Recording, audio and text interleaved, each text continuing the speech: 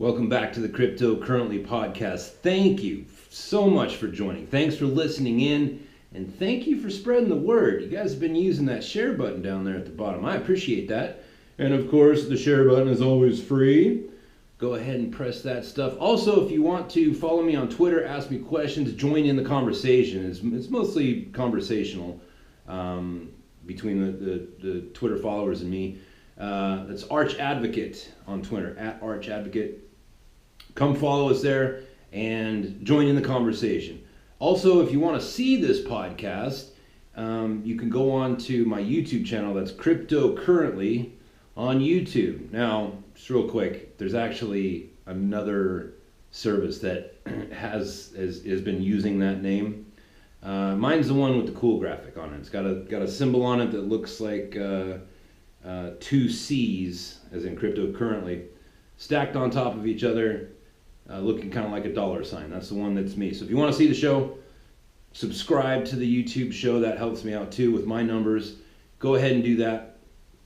And also, if you want to help the show out, I just one of the comments I got yesterday was kind of a breakdown. I have to word this very carefully. If you're going to do any Amazon shopping, right? Do you shop on Amazon? Do you do it at all? Do you do it on any sort of consistent basis? Then please do this.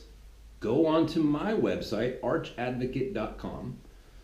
arch-advocate.com. Go to the top left, click on the Amazon banner. It just redirects you to Amazon, and you can shop away. Bitconnect. I don't like talking about Bitconnect. Here's why. It's the same reason I don't like to talk about the Kardashians, because they are irrelevant. They don't actually do anything, and if we just stopped talking about them, they would go away. Isn't that what we all want? We just want them to go away, right? Well, it's the same thing with Bitconnect. What happened yesterday with Bitconnect? I want to talk about this, not because I want to talk about Bitconnect. There's an overarching principle here that needs to be addressed going forward, because this is going to help us as we go forward with the decisions that we make regarding our money in the cryptocurrency market. Bitconnect was found to be a scam. A Ponzi scheme, if you will. Doug Polk did a really good video on that. Doug Polk on YouTube. Check out Doug Polk, by the way, and hit subscribe on his YouTube channel. He does really good work. Bitconnect is a scam, but you know there are those people out there that they just, you know, for whatever reason, they like we talked about yesterday. People don't want to admit when they're wrong. They don't want to admit when they've been fooled, because nobody wants to feel like a fool, right? Neither do you, neither do I.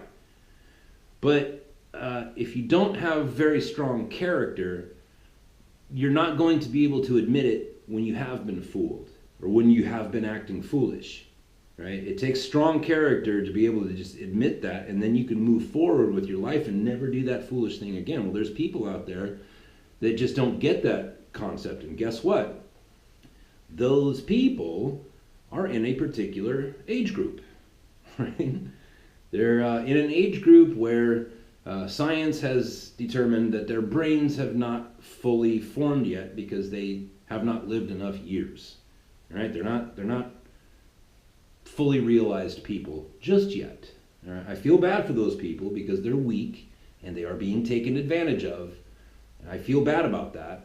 But at the same time, it's like, well, you're technically an adult now, so you get what you asked for, and you've asked for this, and now you're getting it. Those people, I think, can be encapsulated by the sayings of a famous 21st century thespian whose name was Marion Wayne, otherwise known as John Wayne, who said, "Life is hard.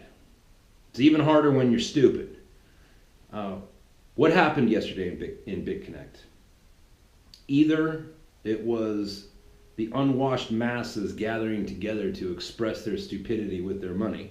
It was either that, or it was market manipulation. And I can make a strong case for either of those, and we're going to talk just a little bit about this, and then I'm going to give you a pick something that I like, just one today, and then that'll be the show. Bitconnect. The thing that makes cryptocurrencies raise up in value, obviously, is money comes into it. And the thing that makes the value of something is money goes out of it, right? Not very profound news there. So either way, no matter what happened, what caused it yesterday, what did happen was a whole bunch of money came into the Bitconnect coin. So the question is, where did it come from? Was it stupid people, or was it from Bitconnect trying to manipulate the market? The good case for market manipulation would be because these people have already demonstrated that they will do business the wrong way, right? And the thing about those people who do business the wrong way, who try to, who are greedy and they hoard money and they're miserly and they'll take advantage of anybody just as long as they get rich. And those people, by the way, if you sat down right now, there was an interview with who was that guy that ran that Ponzi scheme? Bernie Madoff. Recently in an interview, Bernie Madoff said, those people are fine. They were all billionaires. They had what was coming to them. They knew the risks, whatever. So if you hear Bernie Madoff tell the story, it's almost as if he believes that he owed mankind and God himself the revelation that people can be taken advantage of. From his point of view, he did a good thing. And that's how criminals are. That's how weaklings are. They will tell you that by stealing from other people, they're actually doing God's work. Because that's how those people are. They're weak. And they can't see when they're doing wrong. They can't turn from their ways. And because it's been demonstrated that these people are those kind of people, it's not too far of a stretch to think that they would take their own pile of money and try to artificially inflate the value of their coin to instill consumer confidence. Why would somebody do that, right? By the way, this is totally against the law. And if they get found out, if they did that, and they get found out, which if they did it, they will get found out, there's going to be folks going to jail, okay? If they did that, the question would be, why would they do that? And the answer is simple, is because nothing attracts a crowd like a crowd. If you go downtown tonight, it's Friday, right, or tomorrow, Saturday night, you will notice that in front of the club that there's a huge line in front of it. And if you get inside the club, you will find that there are far fewer people inside the club than there are outside it. And that's actually by design. Because if you put a crowd outside, people are more attracted to that. That's, again, human behavior, crowd behavior, mass hysteria. It all, this is scientific stuff. These aren't new revelations. The same thing applies in markets, and it's why it's illegal to do this, is you can't take your own cash and dump it in all at once on your own stock, or in this case a currency, a cryptocurrency, to inflate it, to attract a crowd. That's market manipulation, and it's against the law. So we know, based on the character of these individual people, right? Again, people drive this market. Bitconnect people are bad people. They're weak people. They're criminal people. And that's already been demonstrated. So the idea that they manipulated the market is not too far. And I believe, if you gave me the choice between the two, I believe that is the correct answer. However, I could make just as strong as an argument that what happened to Bitconnect yesterday was driven by the unwashed masses, okay, stupid people. And I want to make that case strong to you as well, because going forward, this is something we're going to have to deal with consistently. The reason why there are laws in America and Canada and a lot of other places, as far as suitability and accreditation before you're allowed to purchase stocks or purchase futures or options contracts on commodities, is because there's a lot of people out there that are very easy to take advantage of. All right, so the laws that we've made regarding, like, well, you can't come into this market unless you have a certain amount of money. That's not class warfare or snobbery. That's trying to protect the weaklings. Right? That rule is there. Is like, look, if you want to come into this thing, you can't do that. But what you can do, if you want to participate in the stock market, is you can take a lower risk thing and open a 401k, usually offered by your place of employment. All right. We have those rules to protect people from being taken advantage of. Another rule that they have is, market experience. Like, you can't come into this market unless you can show that you know what you're doing. So none of these rules apply in the cryptocurrency market yet because it's so new. It just hasn't been time yet. And so all of the illegal things that can be done, they're not illegal right now, right? It's a brand new market. You can get away with a lot of things right now because it's so new that the rules have not yet caught up to the society that we've built in the cryptocurrency market. Now, why did I say all that? Well, because what we saw yesterday, if it was stupid people coming into the market with their money on Bitconnect, because of the hype, right, there was a flood of money that came back into the market yesterday, and simultaneously a bunch of money came into Bitconnect. $610 million, to be exact.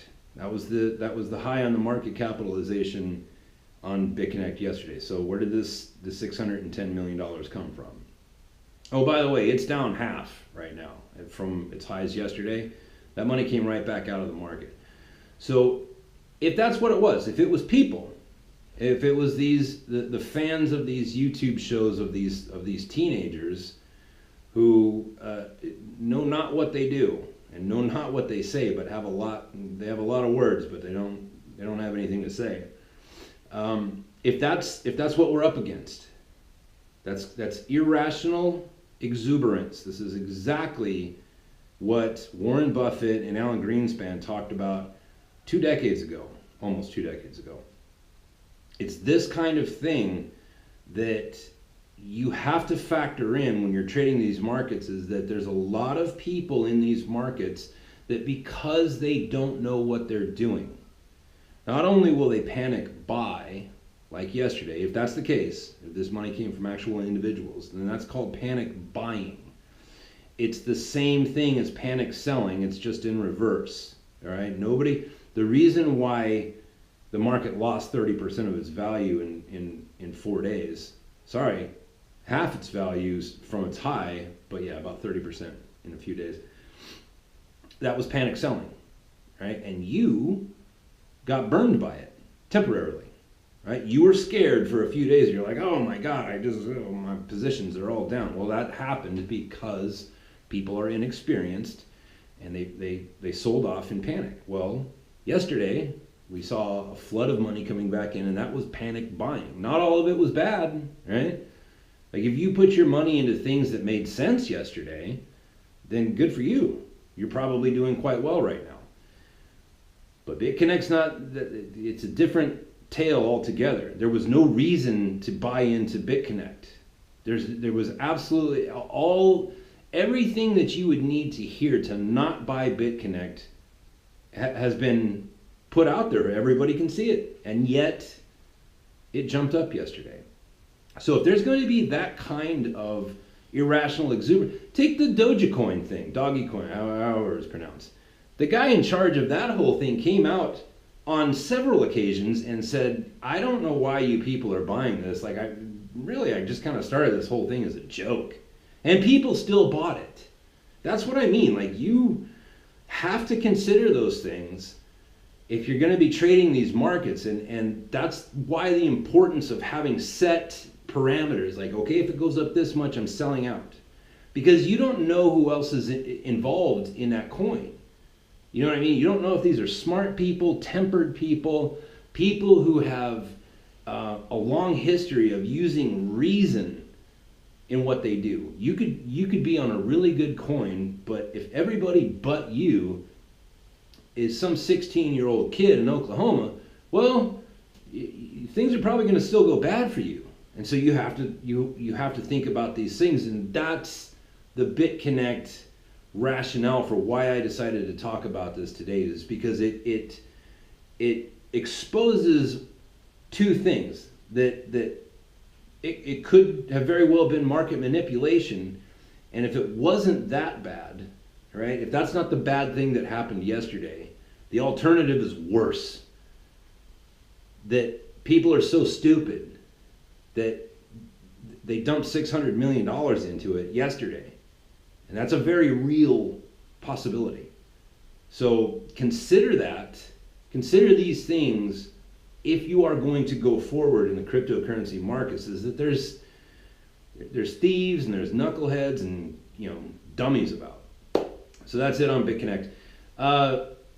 Last thing I want to talk about, yesterday I told you I was going to try to break down a number of coins that look good because they have to do with security or they have to do with banking, and I didn't get a chance to do all of the research that I want, but I do have one, and it's called SafeX, and they're down right now. They're not doing great. They're down to 3 cents off of their high of 10 cents. Here's the thing though. One, I recommend that you pull up their website, and there's a video towards the top, and I think you ought to listen to it. All right, the guy that's there talking, he's got what you're looking for in, if you want to have confidence that you're putting your money into a company that's not a scam. Their intention is not just to get rich, but to actually do some good in the world. That guy, who I will be reaching out to try to get on the show, is that he's got what you're looking for. Also, SafeX was touted by the likes of John McAfee. They were up at 10 cents, and right now they're down to 3. So that's not a big surprise considering everything that's happened in the last 7 days. Why did it go to 10 cents? Why did it go down, and will it go back up? Those are the questions that you're going to have to ask. It went up to 10 cents, and by the way, this was on Sunday, okay? Just this week. It was up to 10% on Sunday. Now, I'm sorry, not 10%, 10 cents. Why did it go up to 10 cents on Sunday? Because you remember what all was happening on Sunday. You were there. What was going on Sunday was a bloodbath. The beginning, close to the beginning of the bloodbath. And yet, they skyrocketed up to 10 cents. Why did that happen? Well, it's because they released their blue paper. And I read that document this morning, and it's good. I like it. Unfortunately, they released this very good news, right in the middle of an absolute shitstorm. All right, bad timing for them. All right, but they certainly could not have known that. They had a schedule when they were going to release their blue paper, and that's when they did it. And unfortunately, they dropped themselves right into a war zone. Who'd have thunk it? But the fact is that now there's precedent. We know it can go to 10 cents, and right now it's at 3. And I think that the idea of more money trickling, not flooding, but trickling back into SafeX as time goes on, because of what they do, because of who they are, and because of the kind of people that are not only running the show, but John McAfee, he likes them, and for good reason. Now remember, yes, McAfee, he's a crazy person, right? He likes coke and whores and whatever, but he's also one of these genius guys. And when it comes to security, nobody thinks about that stuff more than that guy. So I think that this is a good play on a more long-term basis, and I say that because their plans are long-term, and that's what you want. You want people that are at the company behind the coin. You want those people to be hardworking. You want them thinking long term and trying to solve real problems, and I think SafeX gives you that. Anyway, SafeX, I like it. I like it medium term.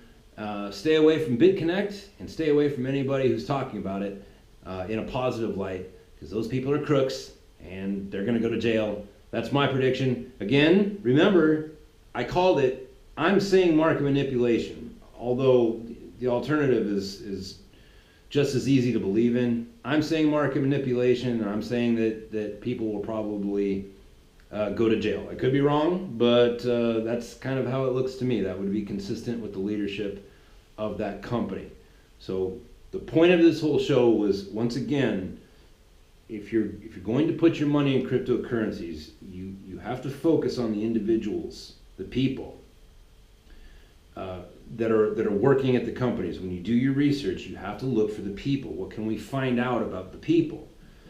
And when it comes to overall trades, or when you put your money into a market, then you have to think about the masses and the way that human migration patterns work and what people do when they're in large groups, because things get pretty crazy when you start thinking in those terms. So anyways, safe trading. Thanks again for listening. Thanks for hitting the share, and I will talk to you tomorrow.